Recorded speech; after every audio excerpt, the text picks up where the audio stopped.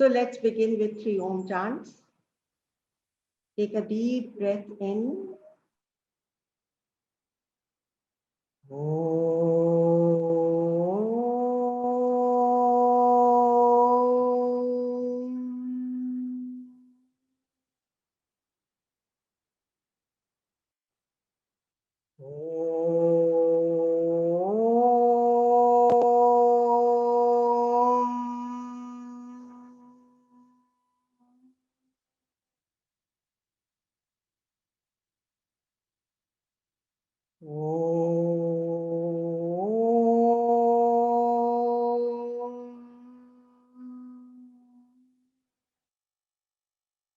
शांति शांति शांति।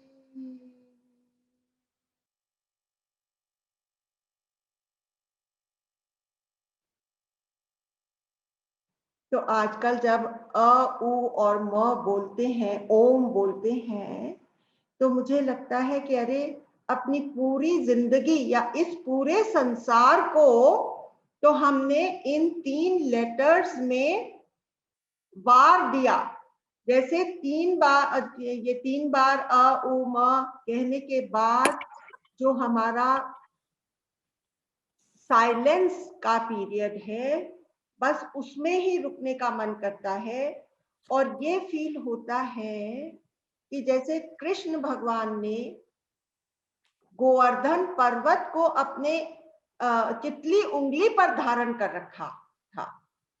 तो इस तरह से हमने भी पूरे अपने संसार को अंश मात्र में धारण कर रखा है। और मेरी असलियत जो कि ये साइलेंस है, जो कि वो ऑल परवेडिंग एसेंस है, जो कि सच्चित आनंद स्वरूप है, बस वो ही रहे, बाकी सब डिसॉल्व होकर के इतना छोटा हो जाए, एक बिंदु हो जाए। यही भाव कंटिन्यूअस हमारे अंदर चलता रहे, तो हम पता नहीं कितनी साधना के बाद इसके अंदर आकर के सचमुच टिक सकेंगे। तो अभी मैं आप लोगों को इन अ नटशेल बता देती हूँ, जो रिवाइज कर लेते हैं हम लोग कि पिछली बार हम लोगों ने क्या किया था। तो आप लोगों को वो उपमा याद होगी जिसमें कि हमने 2 सेल्समैन बताया था कि 2 सेल्समैन हमारे पास आते हैं। एक तो है वो सेल्समैन जो कि हमको प्रिय चीजें सेल करता है और वो कहता है कि अभी का भी आपको सेटिस्फैक्शन मिल जाएगा, अभी का भी आपको सेटिस्फैक्शन। तो ये हुआ हमारा प्रेय का मार्ग। लेकिन एक बार वो हमको अपनी चीज बेचने के बाद वो मुंह नहीं दिखाता, क्योंकि वो हमको ये नहीं बता सकता कि इस मार्ग पर ये चीज खरीदने के बाद आपका जीवन जो है बर्बादी की तरफ बढ़ने लगेगा। ये बात वो हमको नहीं बताता कि आपका स्वास्थ्य खराब हो जाएगा, आपके इंद्रियों के रस तो बहुत जल्दी से आप उससे सेशिएटेड हो जाएंगे, आपको वो मजा देना भी बंद कर देंगे। ये सब बताने के लिए वो दोबारा मुंह दिखाता ही नहीं है।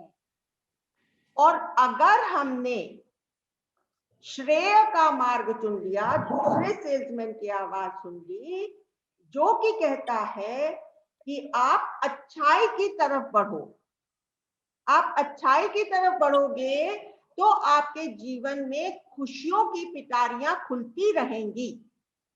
तो इसमें विवेकानंद ने क्या कहा? विवेकानंद ने बहुत सुंदर बात कही कि गुडनेस विल कम। अगर हम श्रेय का मार्ग चुन लेते हैं, goodness will come, glory will come, power will come, all that is great and excellent will come when the sleeping soul is roused to self-consciousness. When will it come? When we start doing everything consciously. When we start exercising our will. Her second हमारे सामने situations आती रहती हैं, लेकिन हमने अपने computer को, मतलब इस गैजेट को हमने डिफॉल्ट मोड पर डाल रखा है। डिफॉल्ट मोड पर डालने से क्या होता है कि जो इंद्रियां देखती हैं और मन जो कि बाहर के दृश्य से कनेक्टेड है, वो जैसा जैसा कहता है हम उसके ऊपर चलते हैं, क्योंकि मन जो है नीचे की तरफ बहना पसंद करता है। उसको हमारी बुद्धि कंट्रोल में रखती है और वो अगर हम उसके कहने में हर समय अपना विल एक्सरसाइज करें, you know, there is only a 5-second window which is open to us. 5 seconds. जैसे आप कंप्यूटर में करते हैं तो 5 सेकेंड्स के लिए एक विंडो खुलती है, उसमें आप उसको उस डायरेक्शन में ले जा सकते हैं जिसमें कि आप जाना चाहते हैं। अगर आपने वो 5 सेकेंड वाली विंडो नहीं एक्सरसाइज करी तब फिर वो डिफॉल्ट मोड में चला जाएगा। तो इसलिए हमारे जीवन में इतनी परेशानियां होती हैं, क्योंकि हम आंखों पर पट्टी बांध करके अंधाधुंध गाड़ी चलाते हैं। So it is by accident that we reach our destination. We do not reach our destination because of having taken conscious decisions at the right time. तो ये सब हम लोगों ने कवर किया था, जिसमें एक बहुत खूबसूरत पॉइंट डिटेल का हमको ये उपनिषद पढ़ने से मालूम पड़ा कि जो 5 इंद्रियां हैं वो तो रथ के घोड़े हैं। रथ जो है हमारी बॉडी है और जो हमारे 5 सेंस ऑर्गन्स हैं वो हमारे घोड़े हैं। तो यमराज उनको बताता है कि घोड़ों को बलिष्ठ होना है और घोड़ों को वेल ट्रेन्ड होना है। तो वो जो घोड़े हैं वो भागते हैं, वो किनके ऊपर भागते हैं, कौन से ट्रैक्स के ऊपर भागते हैं?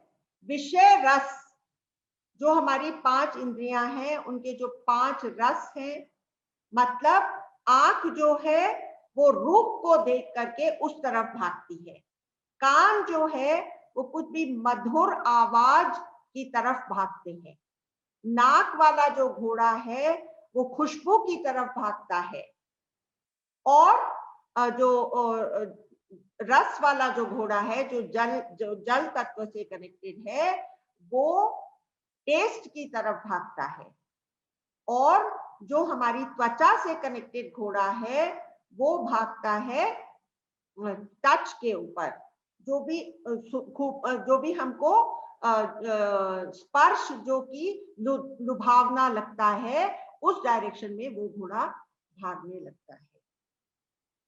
तो और मन जो है, मन इन सबको शक्ति देता है, प्राण शक्ति देता है, और मन उनको कहता है कि हाँ ये जो तुमने बताया है ये सब ठीक है, ये उनके साथ हाँ में हाँ मिलाता है। तो जहां कहीं भी वो इंद्रिय जाने को कहती है वो मन उधर ही जाता है। तो इसमें हम लोगों ने एक एग्जाम्पल लिया था, एक आजकल का कंटेम्पररी ऑथर है, उसका नाम है जॉनथन हाइट। तो उसने कहा कि compare this situation with an elephant and a mahawat sitting on top of the elephant. अब वो महावत कितना भी कोशिश कर ले, अगर हाथी के मन में आ गया कि वो दुकान पे जो केले रखे हुए हैं वो जाकर के खाएगा, तो वो महावत उसको बस में नहीं कर सकता।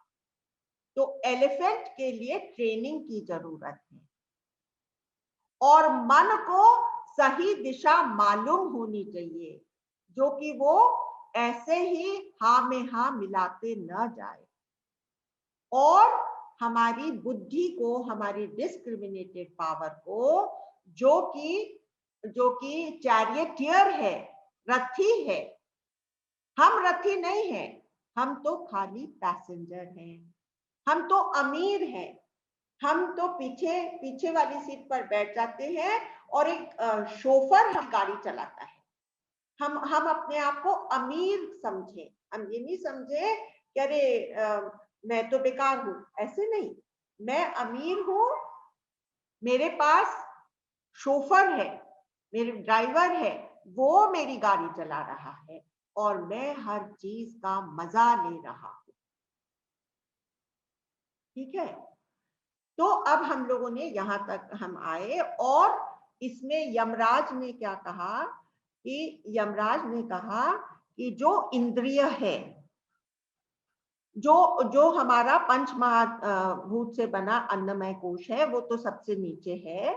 उससे सूक्ष्म जो है वो हमारी इंद्रिय है और उससे सूक्ष्म इंद्रियों के विषय हैं। मतलब इंद्रिय ये इंस्ट्रूमेंट हुआ, आंख इंस्ट्रूमेंट है, कान इंस्ट्रूमेंट है। तो इस शरीर में जो सूक्ष्म चीज है वो हमारे अलग अलग इंस्ट्रूमेंट्स हैं। हाँ? अब इनसे ज्यादा सूक्ष्म इसके विषय रस हैं। आंख से ज्यादा सूक्ष्म उसकी वो इंक्लिनेशन है जो कि रूप की तरफ भागती है। इससे आप लोग सहमत है ना कि आंख से ज्यादा सूक्ष्म उसकी तन मात्रा है जो कि उसको रूप की तरफ खींचती है। ठीक है, इसके बाद यमराज ने एकदम से एक छलांग लगाई। उसने कहा कि अगर मैं नचिकेता को इंडिविजुअल के अंदर ही लिमिटेड रखूंगा तब इसका विस्तार कैसे होगा, ये अपनी व्यापकता को कैसे पहचानेगा। तो उसके बाद इमीडिएटली उसने एक छलांग लगाई और फ्रॉम द इंडिविजुअल माइंड ही took Nachiketa to the cosmic mind, the collective mind. अगर ऐसे वो न करता तो उसको ये लग रहा था यमराज को कि फिर तो नचिकेता अपनी अपनी व्यक्तिगत पर्सनालिटी में, आइडेंटिफिकेशन में ही उलझा रह जाएगा। तो उसने वहां महत में छलांग लगाई और फिर उसने कहा उसके बाद है अव्यक्त और उसके बाद है पुरुष। और कृष्ण भगवान ने भी गीता में ये चीजें यूं का त्यों, जू का तू, जैसे कि इसमें कठोपनिषद में समझाई हुई थी वैसे ही उन्होंने बताई कि उसके ऊपर ये मन बुद्धि नहीं, अपने अन्नमय कोश, प्राण और फिर बुद्धि और फिर महत या हिरण्यगर्भ उसको बोलेंगे, जो कि वो फील्ड है जिसमें कि सारे थॉट्स उपजते हैं और उन थॉट्स के माध्यम से आपका सारा संसार, आपके घर गृहस्थी का सारा संसार पैदा होता है। तो इसलिए वो हिरण्य गर्भ है, वो महत गर्भ है जो सब चीज को का गर्भ स्थान है। उसके बाद परा, परा कह लो या उसी को माया कह लो। तो जब मैं पहली बार हरिद्वार गई तो वहां पर माया देवी का मंदिर था। तो हम लोगों ने तो अभी तक सत्संग में यही सुना था कि ये माया जो है ना, यही छोड़ने लायक है, यही उलझाती है, यही हमको फंसाती है, यही दलदल क्रिएट करती है जिसमें कि हम बंद करके रह जाते हैं। लेकिन वो माया ये वो पराशक्ति है जिसने कि अपने ऊपर ये एक उत्तरदायित्व लिया कि मैं अव्यक्त से व्यक्त हो जाऊंगी। तो ये जो अव्यक्त से व्यक्त होने वाली जो सिचुएशन है वो भी ऑल परवेडिंग एस्पेक्ट है, जो हर तरह से, अच्छा मैंने जो जो पूरी की पूरी आच्छादित है इस संसार में। ठीक है, उसके बाद उसने कहा कि पुरुष है, वो पुरुष जिसकी वजह से सब कुछ संभव हुआ है। जो अगर वो पुरुष ना हो तो ना तो ये पराशक्ति हो सकती है, क्योंकि पराशक्ति की कोई अस्तित्व नहीं है बिना पुरुष के, और उस पराशक्ति की एब्सेंस में कुछ भी क्रिएट नहीं हो सकता, कुछ भी आकार नहीं ले सकता। तो सब कुछ उस पुरुष पर आधारित है, वो कॉज है और बाकी सब उसका इफेक्ट। अब हम कठोपनिषद से थोड़ा तैत्तिरीय उपनिषद पर आते हैं, क्योंकि वहां पर इस चीज को बहुत अच्छी तरह से समझाया है, और वहां पर एक चीज का डिस्टिंक्शन करा है कि एक सब्जेक्ट है और एक ऑब्जेक्ट है। जो कुछ भी ऑब्जेक्ट है वो जड़ है, और जो सब्जेक्ट है वो उससे अलग है, वो एक और डायमेंशन है। It is not of the dimension of the object. A thing cannot be an object and a subject simultaneously. तो अब हम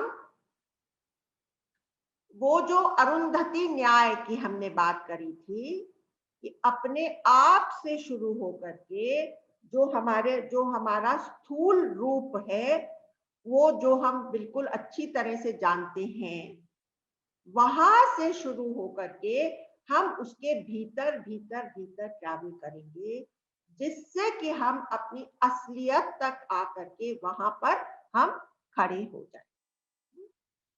यहाँ पर मैं एक बार आपको छोड़ती हूँ, और मैं आपको थोड़े थोड़े एग्जाम्पल्स उस हाथी के बताती हूँ, जिसकी वजह से हम लोग नीचे की तरफ हमारा जीवन उलझने लगता है और कटीले रास्तों पर हम चलने लगते हैं।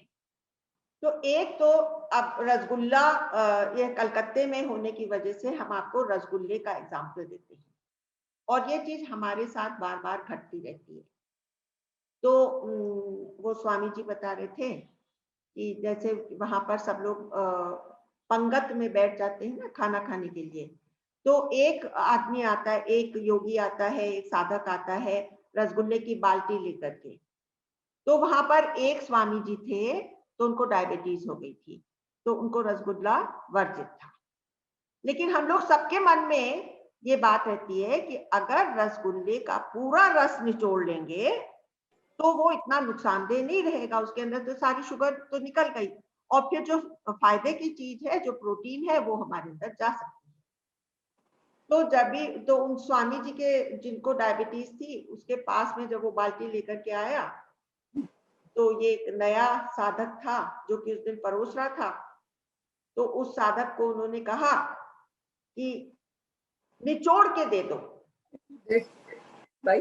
निचोड़ के देने में वो नया क्या समझा कि इनको निचोड़ करके सारा चाशनी इनके पत्तल पे डाल देते हैं, और जो रसगुल्ला है वो हटा देते हैं। तो जैसे इसने ये किया, सब लोग ठहाका मार करके हंसने लगे। और अब आप अपने ऊपर भी ये बात को घटाइए कि जब रसगुल्ला सामने आता है, तो क्या आप ऐसा नहीं कहते कि इसका सारा रस निचोड़ दो और फिर मैं खा लेता हूं? लेकिन वो भी एक डायबिटिक के लिए अच्छी नहीं होती, और उसको भी अगर हम एक ले लें तब तक की भी बात है। लेकिन क्या हम अपने आप को अलाउ नहीं कर देते कि ठीक है दूसरा भी दे दो इसी तरह से निचोड़ करके, और चलो एक और खा लेता हूं, कल तो शायद ना मिले। तो इस तरह से जब वो लेकर के आता है, तब तक हमारे अंदर वो विल का एक्सरसाइजिंग पावर हमारे हाथ में रहता है। एक बार हमने अलाउ कर दिया फिसलना, तब हम कहां जाकर के रुकेंगे हमको मालूम नहीं है।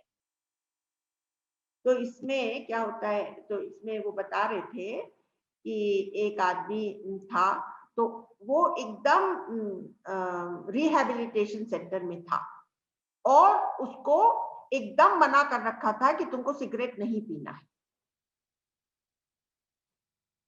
लेकिन ये जो जीभ की खींच होती है, तो वो कहता है कि मैं जानता हूं कि मेरे लिए ये एक कदम मौत के नजदीक लेने की बात हो जाएगी अगर मैं सिगरेट लेकर के फूकूंगा। लेकिन वो जो जीभ की खींच है, वो कहते हैं वो सब तो बाद में होएगा ना, अभी तुम मेरी जरूरत पूरी करो। अभी मैं यहाँ पर बैठा हूं और अभी मेरी जरूरत ये है कि तुम मुझे एक सिगरेट दो, तो वो उसमें लग जाता है। तो कोई बता रहा था कि बहुत साल पहले एक हॉलीवुड फिल्म आई थी, उसमें उन्होंने दिखाया कि एक भूत है। अब भूत की कोई बॉडी नहीं है, एक मिस्टी एक फॉर्म है, और वो कहां पर खड़ा हुआ है, वो प्लेटफॉर्म पर, रेलवे प्लेटफॉर्म पर सिगरेट वेंडिंग मशीन के पास खड़ा हुआ है, और लोग उसमें से सिगरेट निकाल रहे हैं, सिगरेट का पैक। तो ये घोस्ट ये चाहता है कि कैसे भी करके मैं एक पैकेट सिगरेट ले लूं। ना वो उसको छू सकता है, ना उसको उठा सकता है, ना वो सिगरेट पी सकता है, क्योंकि अब तो वो बॉडी लेस है। लेकिन उसका जो मनस है, उसका जो माइंड है, वो इतना ताकतवर हो गया है उस समय कि उसके कारण वो एक नया जन्म ले लेता है। आप कहते हैं ना कि क्यों हम जन्म मरण के चक्कर में आए, हमको तो मालूम है कि ये जन्म मरण में आएंगे, संसार में आएंगे तो सुख और दुख झेलने ही पड़ेंगे, और बेशुमार दुख की कड़ियां एक के ऊपर एक हमारे ऊपर आकर के हमको जकड़ सकती हैं। लेकिन हमारी जो वासनाएं हैं वो इतनी मजबूत हो जाती हैं कि भगवान भी कहते हैं कि चलो इसको एक जन्म और दे देते हैं, ये किसी ना किसी तरह से इसको भोग करके इसके ऊपर से उठ जाए, क्योंकि ऐसे तो ये पता नहीं कितने साल इसमें लगा। तो ये हमारी सिचुएशन हो जाती है। इसलिए इससे ऊपर उठने के लिए इंद्रियों के लिए ट्रेनिंग जरूरत है। हाथी को ट्रेन करना पड़ता है, हाथी और किसी चीज से नहीं समझ सकता। वो आपके वेदांत नहीं सुनेगा, वो आपकी किताबें नहीं पढ़ेगा, वो आपके न्यू ईयर्स रेजोल्यूशंस, वो कहेगा कि तुम अपने लेवल पर अपने न्यू ईयर्स रेजोल्यूशन करो, मुझे तो अभी ये चीज चाहिए। तो हमको धीरे धीरे करके अपनी सारी इंद्रियों के सारे रसों को अपने, हमको उसके ऊपर होना है। ये नहीं कि बोतल हमको पी रही है। शुरू तो हम करते हैं बोतल पीने के लिए, वे पीना शुरू करते हैं, लेकिन बाद में बोतल हमको पीने लगती है। हालांकि ये वेदांत नहीं है, लेकिन ये जो है, these are the roots on which our further progress on in the spiritual path is possible.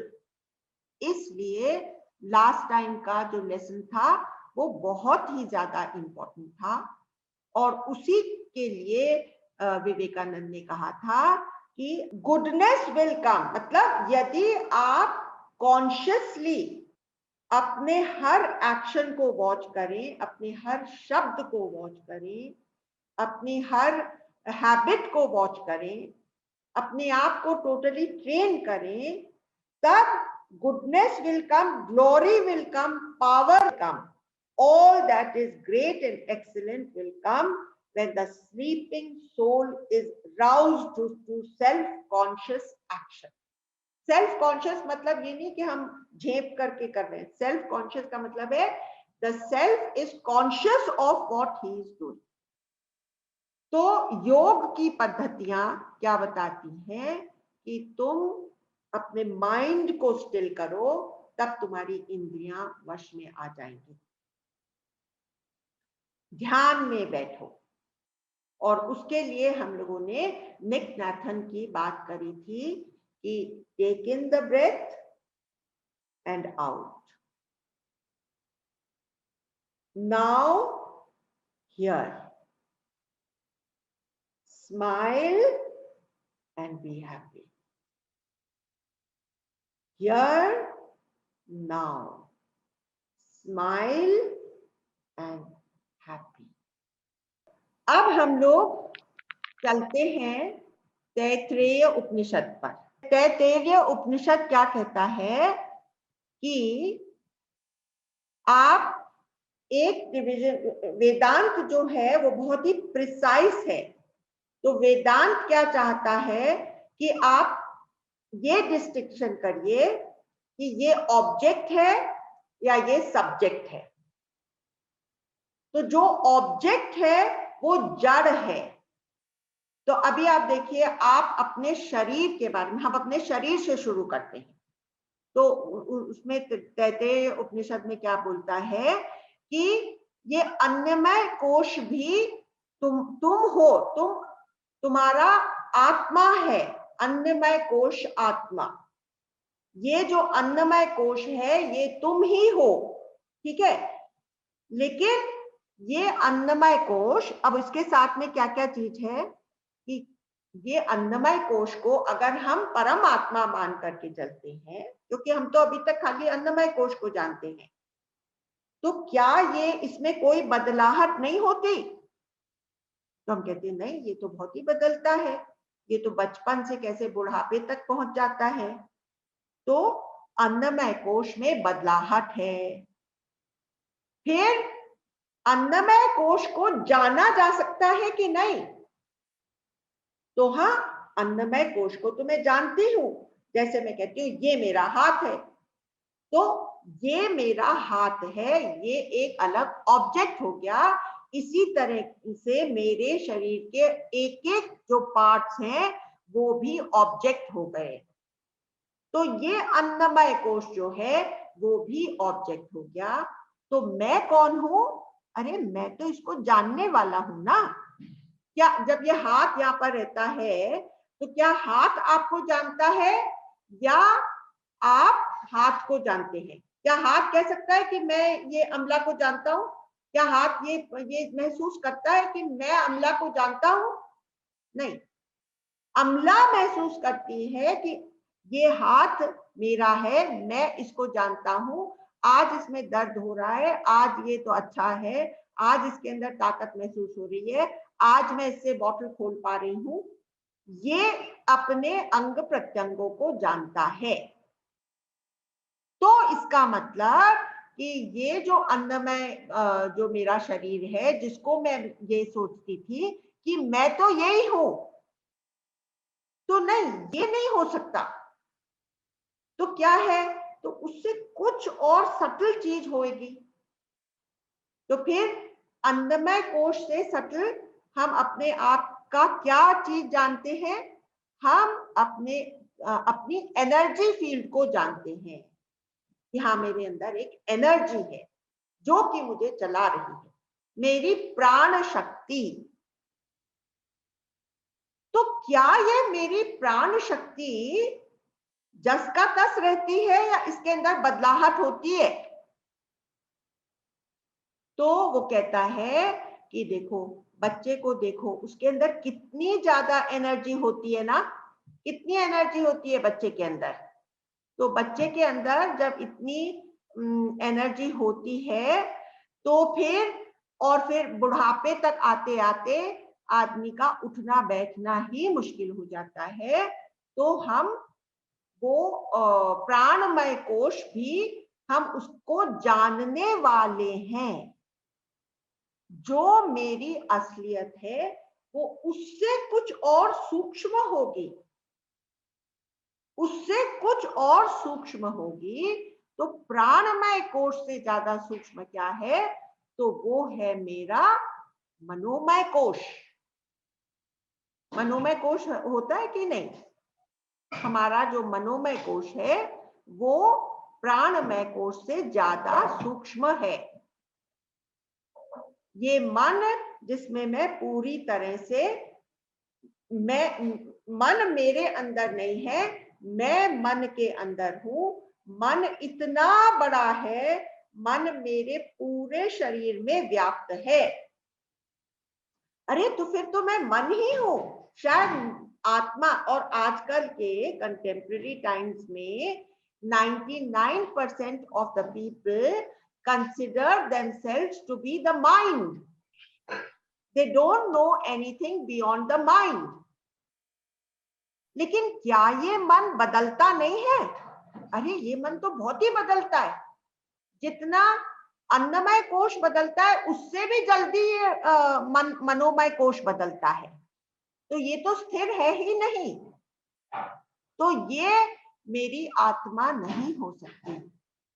लोग कहते हैं कि 16,000 थॉट्स एक दिन में एक आदमी के अंदर आते हैं। 16,000 थॉट्स। अब ये most of the time they will be repetitive thoughts, they will not be the same thoughts, है ना? So they will be repetitive thoughts and but there will be continuous thoughts. और मैं उन थॉट को जानने वाला हूं। इसका मतलब कि ये जो मेरा मनोमय कोश है, ये जो मेरा मन है, ये भी एक ऑब्जेक्ट हो गया। तो जो सब्जेक्ट है, जो कि जीवंत है, जो कि चैतन्य है, ऑब्जेक्ट जड़ है। वेदांत क्या कहता है? ऑब्जेक्ट जड़ है। तो जो जीवंत है मेरे अंदर, वो मन से भी कुछ ज्यादा सूक्ष्म होगा, मन से भी कुछ ज्यादा सटल होगा। तो मन से ज्यादा सटल क्या है? तो जो मन को वश करता है, मेरी बुद्धि, वो मन से ज्यादा सटल है। क्योंकि मन तो संसार में उलझा रहता है, इंद्रियों के माध्यम से संसार में उलझा रहता है। बुद्धि जो है वो तटस्थ रह करके निर्णय ले सकती है कि इस डायरेक्शन में मुझे जाना है या मुझे नहीं जाना है। तो फिर ये बुद्धि होएगी, मेरी आत्मा, मेरी बुद्धि होएगी। तो अब हम देखें, क्या बुद्धि चेंज नहीं होती? क्या वो वैसी की वैसी रही है? बचपन से अभी तक जो बुद्धि है, बचपन में आप क्या सोचते थे, जवानी में जो आपके विचार रहते थे, क्या अभी तक आपके अंदर वो ही विचार चल रहे हैं जो बचपन में थे, जो जवानी में थे, जो मिडिल एज में हुए? क्या वो ही विचार चल रहे हैं आपके? क्या वो ही सोचने का आपका ढंग है? क्या वो ही निर्णय लेने का आपका ढंग है? नहीं, वो तो बहुत ज्यादा चेंज हुआ है। इसका मतलब कि वो भी नहीं हो सकता, क्योंकि वो तो स्थिर है ही नहीं, उसमें भी बहुत सारी बदलाहट हो गई। तो मेरा जो आत्म तत्व है, जिसका पहला क्राइटेरियन है कि वो स्थिर होना चाहिए, वो स्थिर होना चाहिए, उसके अंदर कोई बदलाहट नहीं होनी चाहिए, उसमें कोई डिटीरियरेशन नहीं हो, उसमें कोई तरक्की नहीं होनी चाहिए, कोई डिटीरियरेशन नहीं होना चाहिए। ये जो मेरा विवेक है, ये तो वो नहीं हो सकता। तो फिर उससे भी ज्यादा सूक्ष्म क्या है, जो कि मैं अपने एक्सपीरियंस से बोल सकता हूं कि मेरे अंदर वो एक चीज है जो कि मेरे विवेक से भी ज्यादा सूक्ष्म है, जो कि मैं हर रोज एक्सपीरियंस करता हूं। वो क्या चीज है? वो है the blankness of deep sleep. Vivek के और भी भीतर हम जाएंगे तो हम एक ब्लैंकनेस में पहुंचेंगे। वो ब्लैंकनेस जिसको कि प्राज्ञ कहा है, जिसको कि इंडिविजुअल एस्पेक्ट में इसको प्राज्ञ कहा है, और कॉस्मिक एस्पेक्ट में इसको ईश्वर कहा है। सगुण ब्रह्म जब सगुण है तो वो ईश्वर है। ब्रह्म जब माया के साथ है तो वो ईश्वर है। तो हम लोगों ने उसको क्या आइकॉन दिया है कि विष्णु भगवान शेषनाग की शैया पर लेटे हुए हैं, beyond thought, beyond all the upheavals of life. जब हम डीप स्लीप से सो करके उठते हैं, जैसे हम सुषुप्ति की अवस्था से सो करके उठते हैं, तो अनायास हमारे अंदर से क्या निकलता है, अरे I was so happily fast asleep. It was so beautiful to have gone into such a deep sleep. तो हमको अपना आनंद स्वरूप डीप स्लीप में एक्सपीरियंस होता है, लेकिन हम उसको जानते हैं ना। जब हम सो करके उठते हैं तो हम कहते कोई तो चीज है ना जो कि उस समय जगी हुई होती है, जो कि कहती है, तो उससे भी क्या चीज सटल है, उससे भी तो कुछ चीज होगी ना जो कि हमको ये एहसास दिलाती है, और जो हमारा वो एक्सपीरियंस है उसको भी वो एक ऑब्जेक्ट बना देती है, वो भी एक ऑब्जेक्ट हो जाता है। तो the subject, the chaitanya has to be something other than the object which is jad. Everything which we can call an object, everything of which we can become a witness, all that according to Vedanta is an object. तो आप कहेंगे कि ये तो मैं पहली बार सुन रहा हूं कि भाई मन भी जड़ है और बुद्धि भी जड़ है। तो मन और बुद्धि में इतना अलाइवनेस आ जाता है क्योंकि वो हमारे आत्म स्वरूप के सबसे नजदीक है। जैसे जैसे हम आत्म स्वरूप या अपने सेल्फ के नजदीक आ जाते हैं, तो उसके अंदर से जो चैतन्यता फूटती है वो हमारी बुद्धि को और हमारे मन को और हमारे प्राण को इतना ज्यादा अफेक्ट करती है कि हमको ये फीलिंग आने लगती है कि ये सब चेतन है, लेकिन वेदांत के अनुसार ये जड़ है।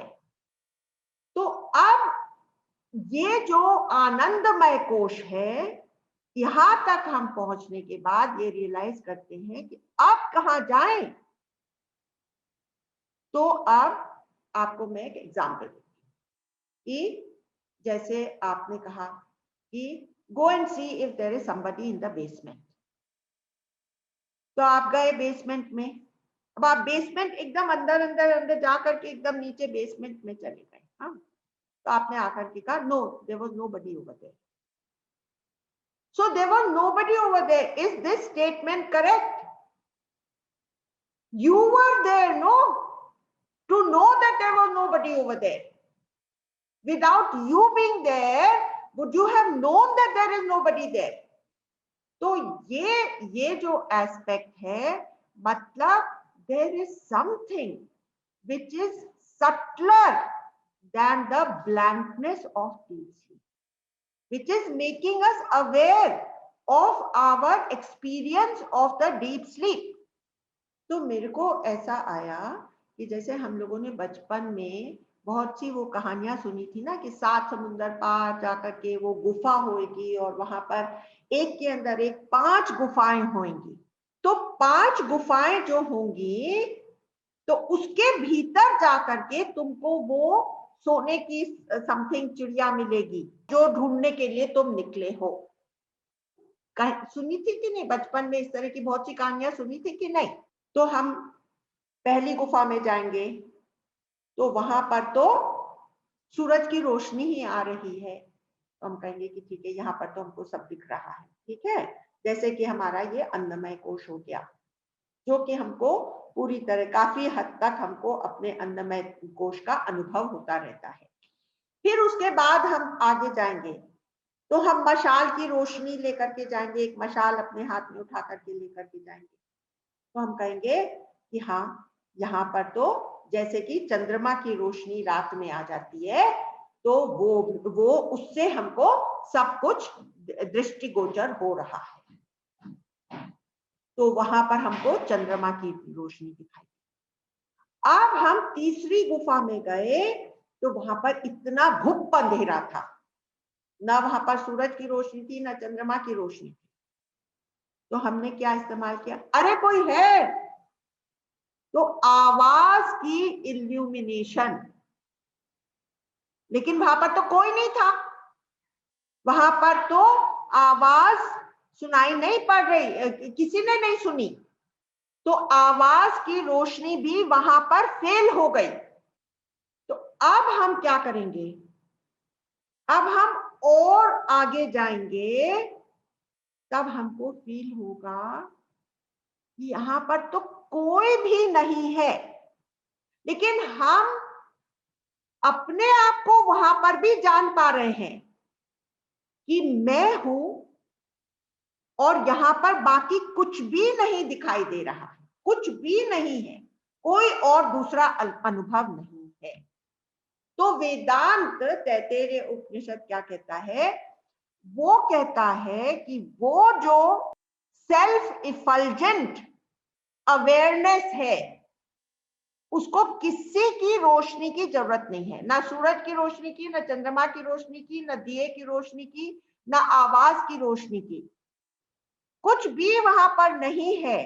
लेकिन फिर भी आपको ये मालूम पड़ रहा है कि मैं हूं, मेरा अस्तित्व है। तो वो जो सेल्फ इफल्जेंट अवेयरनेस है, that is my true nature, and that cannot become an object. I cannot know myself.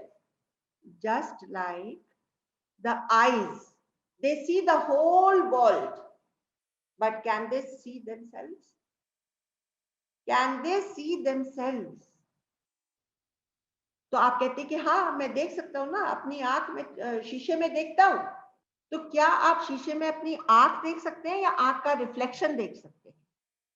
आंख अपने आप को कभी नहीं देख सकती। इसलिए that self-effulgent Atma is never an object. That is why it is the only subject. वो ही एकमात्र चैतन्य तत्व है, बाकी सब कुछ जड़ है। ये वेदांत ने कहा है। और वेदांत ये कहता है कि उसके संपर्क से सब कुछ अलाइव दिखने लगता है। तो जैसे होता है शक्कर, तो हम कहेंगे कि भाई हम सवेरे से कभी रस पीते हैं, कभी कोक पीते हैं या दूध पीते हैं, तो हम कहते हैं कि इसमें मिठास कहाँ से आई? तो भाई शक्कर घोलने से इसके अंदर मिठास। तो अगर फिर हम पूछें और शक्कर की मिठास कहाँ से आई, तो शक्कर में क्या डालते हैं उसको मीठा बनाने के लिए? तो नहीं, शक्कर में कुछ डालने की जरूरत नहीं होती, शक्कर तो अपने आप से ही मीठी है। That is it's intrinsic quality. उसी तरह से ये जो आत्म तत्व है, ये सेल्फ इफल्जेंट है, ये स्वयं ज्योतिर्मान है। इसको किसी लाइट को दिखाने की जरूरत नहीं है।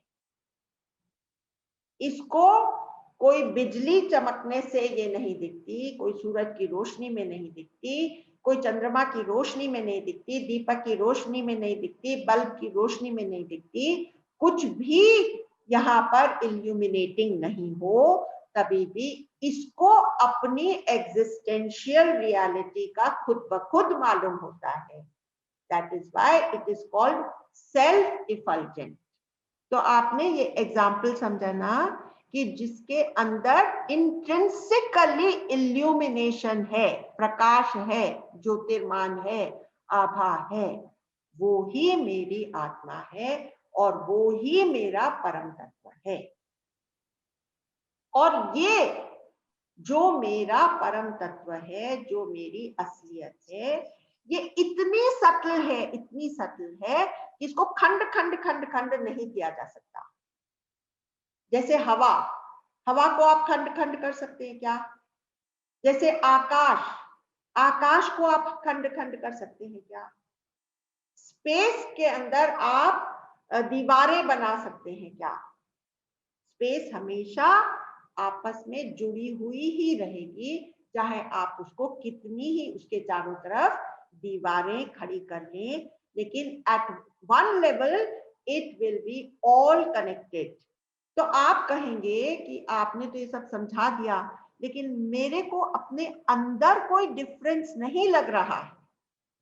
तो वो डिफरेंस लगने के लिए आपको इस चीज को अपने आचरण में उतारना पड़ेगा कि मैं जब सब चीज से कनेक्टेड हूं, तब यहां पर जो मुझे फील होता है वो ही सामने वाले को भी फील हो रहा है। तो मैं कैसे एक भी कड़वा शब्द कह करके उसको चोट पहुंचाऊं? वो चोट तो मुझे ही लग रही है। तो ये जब हम अपने भीतर एकदम फीलिंग में ले आएंगे और अपने आचरण में ले आएंगे, तब एक्चुअली हमको हम हर समय अपने आत्म तत्व को महसूस कर सके। तो इसके लिए सब चीजों की जरूरत है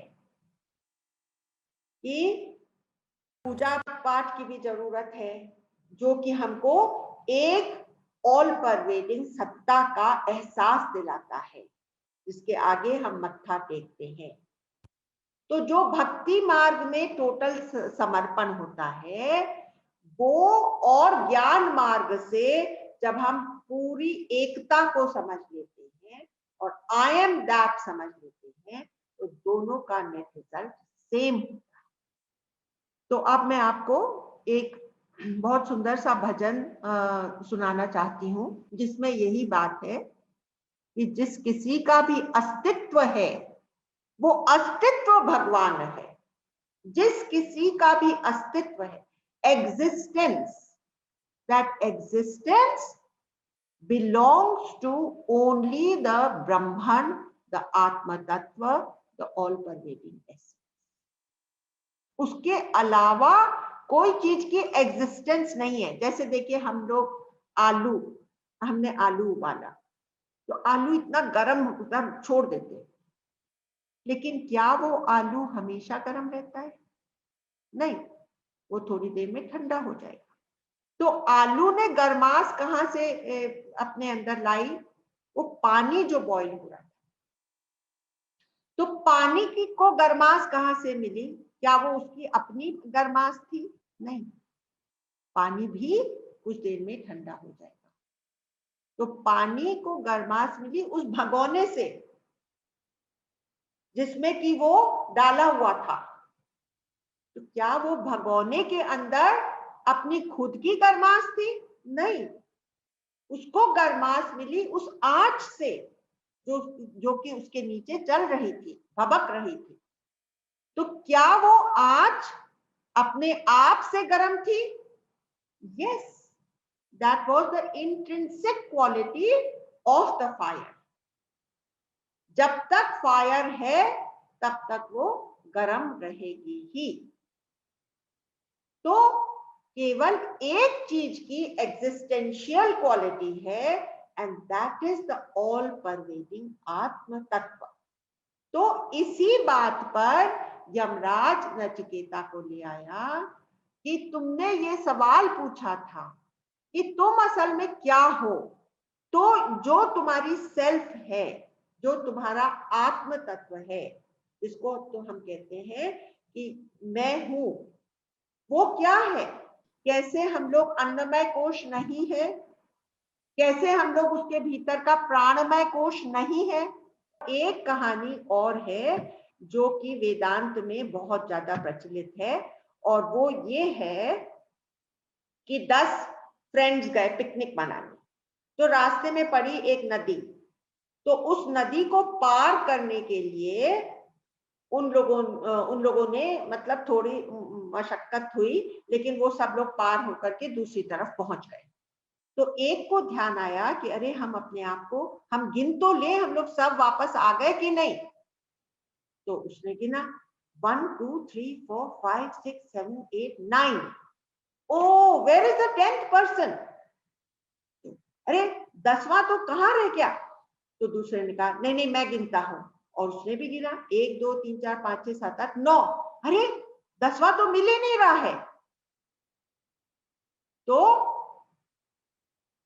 अब इस तरह से वो लोग सब हाल बेहाल हो गए और रोने लगे कि हमारा 10वां साथी जो है वो हमसे बिछुड़ गया। तो उधर से एक साधु सन्यासी उधर से निकल रहे थे, तो उन्होंने कहा कि इनसे पूछ करके दे। उन्होंने कहा तुम लोग क्यों रो रहे हो? तो बोले कि हमारा 10वां साथी नहीं है। तो उसने तो 1 सेकंड में गिन लिया कि ये लोग 10 के 10 हैं वहां पर। तो फिर वहां पर तो उन्होंने कहा कि पहले तो तुम शांत हो जाओ, रोना बंद करो, मेरी बात में श्रद्धा रखो। मैं तुमसे कह रहा हूं कि तुम्हारा कोई साथी बिछुड़ा नहीं है, तुम लोग 10 के 10 हो। नहीं नहीं हम लोग को तो अच्छा ठीक है, मैं कह रहा हूं ना, एक बार मान तो लो, एक बार शांत तो हो जाओ। तो उन्होंने कहा ठीक है हम सुनते हैं इसकी बात। तो उन्होंने कहा कि अब तुम गिनो। तो 1 2 3 4 5 6 7 8 9 और 10वां कौन है? मैं।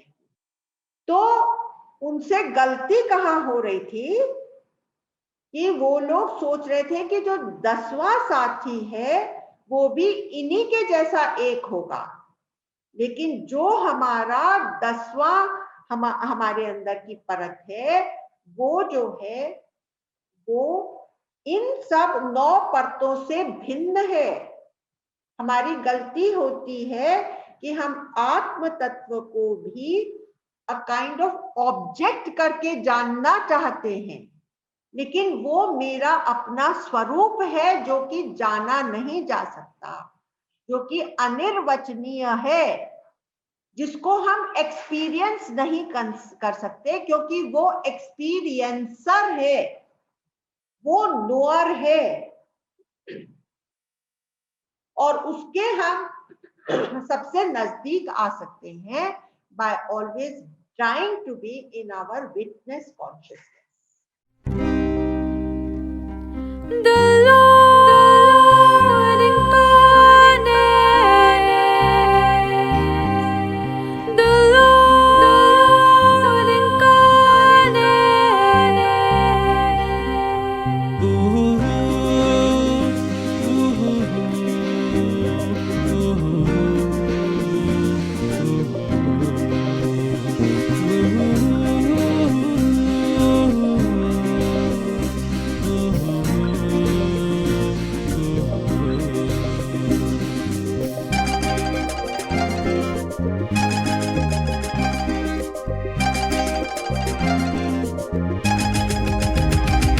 The Lord incarnates on earth as proof that God is not a myth. The prophet comes, a blissful soul, to play his divine role.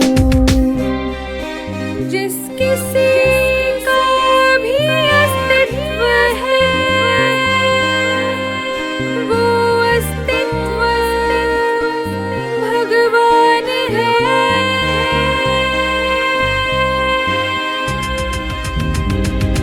The rays of the sun and the moon brighten the earth with their moon. Gurus that gently tread the land are wrought by the hand. The Lord incarnate, the Lord incarnate.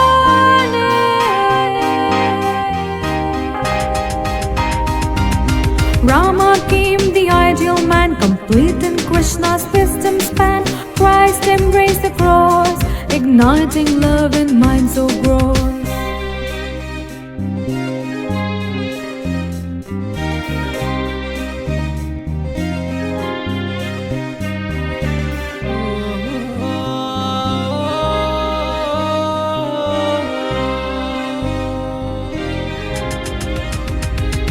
The essence existed from the start and resides in every heart. Eternal is the spark of bliss, arousing creation with its gaze. जिस किसी का भी अस्तित्व है, वो अस्तित्व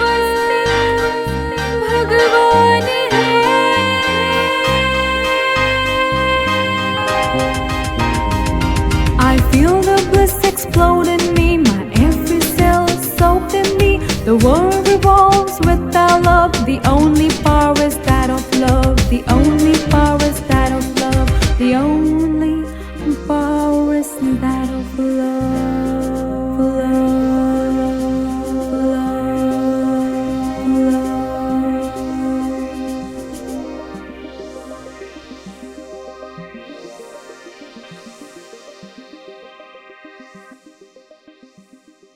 With that, I take your leave. Thank you so much.